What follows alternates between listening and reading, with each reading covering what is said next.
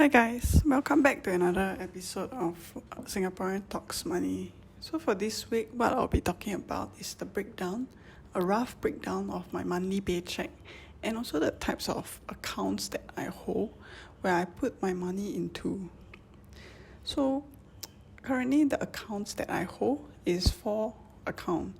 So the first account is a DBS multiplier account. So this account you can get between 1.4% to 3.8% of interest annually depending on the kind of criteria that you meet. So of course salary crediting is one of the main criteria that you need to have, followed by add-ons, for example credit card spend, your loans and insurance with the bank, and that will determine how much you will get in annual interest. So the next account is a very special account and an account that I recommend everyone who's between 18 to 26 years old to apply for.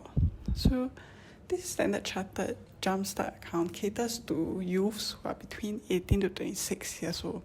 So you get an annual interest of 2%, and it has an amazing thing, which is that you don't have to have salary crediting to be met, and there's no minimum deposit, there's no fall below fee as well.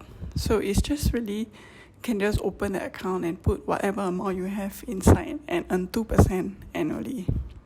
So the next account is a Singlife account. So something very special about this is that it has insurance benefits in it as well.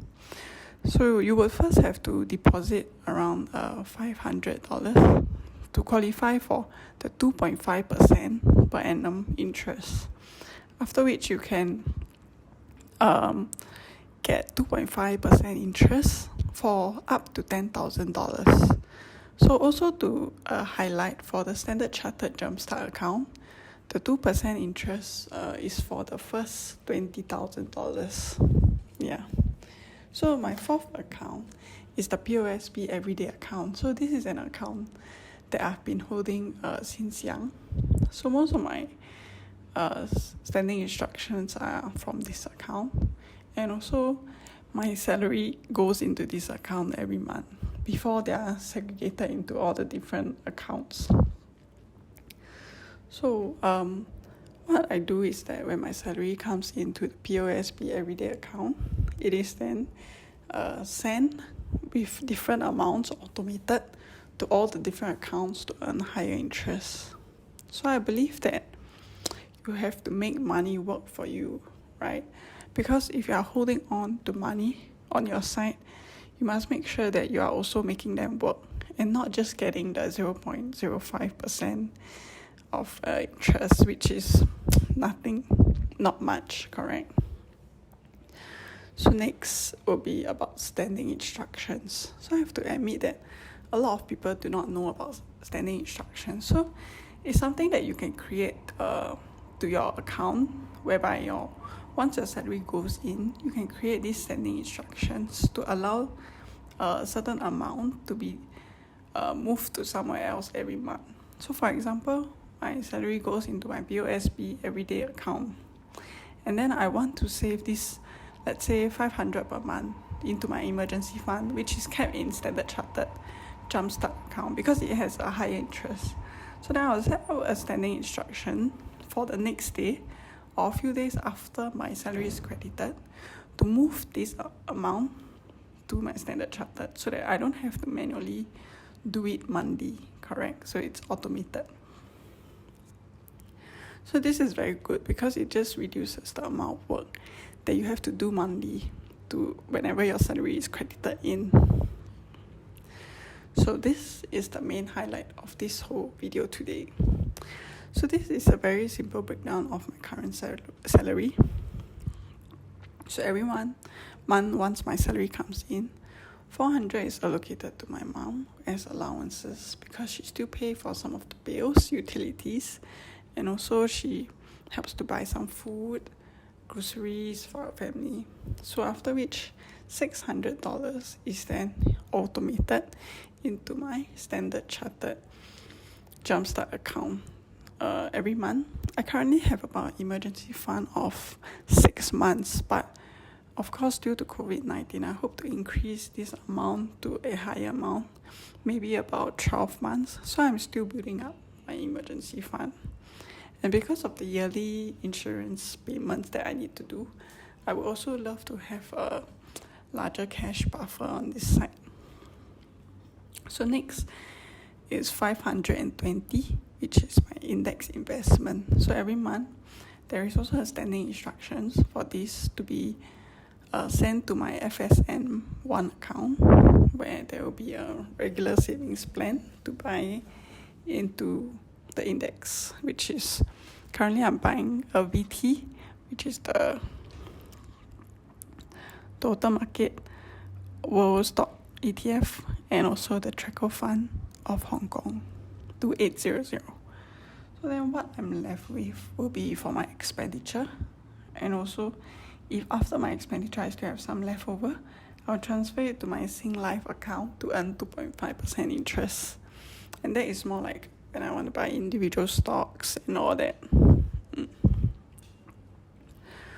So for my 520 that I deposit monthly into my FSM1 account is for my index investing.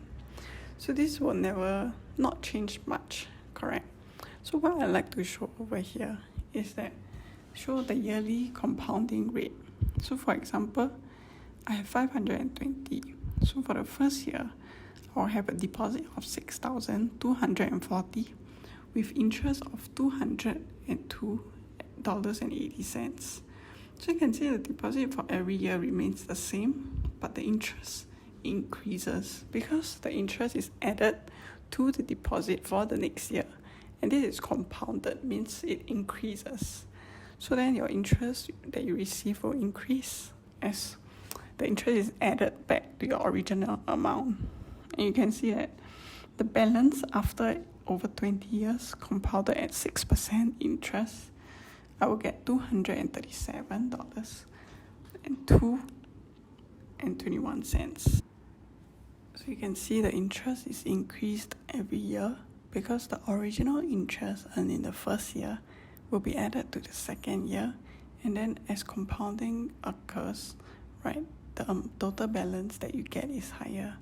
So at the end of 20 years, if I continue depositing $520 monthly and I compound the interest, means I don't withdraw any of the dividends or interest that I get, at the end of 20 years I'll get $237,002.21, which is quite a nice amount.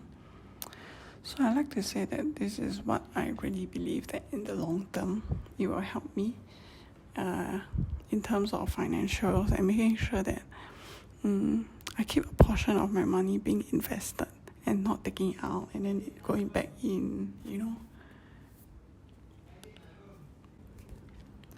Although definitely I'm not sure if after 20 years, will the index still be of a certain price that I bought in, whether will it be lower, maybe due to another pandemic or financial crisis. But of course, definitely what I want to build up is just the discipline of putting my money in, and hopefully I get a good result at the end. Yeah, so that's it for my salary and types of account that I have. I just like to give an update on the current COVID-19 situation in Singapore. So currently we are ending May, and so we are ending our circuit breaker as well. So towards 2nd July, we will have the opening of phase 1 of our economy, so people can start going back to work. But definitely remote working from home will be the priority for those who do not need to go back office for special equipment or anything. Dining in and eating out will definitely still not be allowed, so we'll still have to pack our home bags to eat, pack our food bag to eat. And then also only after the first 2 weeks of June, and then we will observe the numbers, and then we'll decide if we can move on to phase 2. Yeah, so really hope the numbers will be stay stable so that we can go out for a good meal together and see all our friends and family members. Take care, stay safe. Thanks for watching till the end, and help me like and subscribe. Thank you.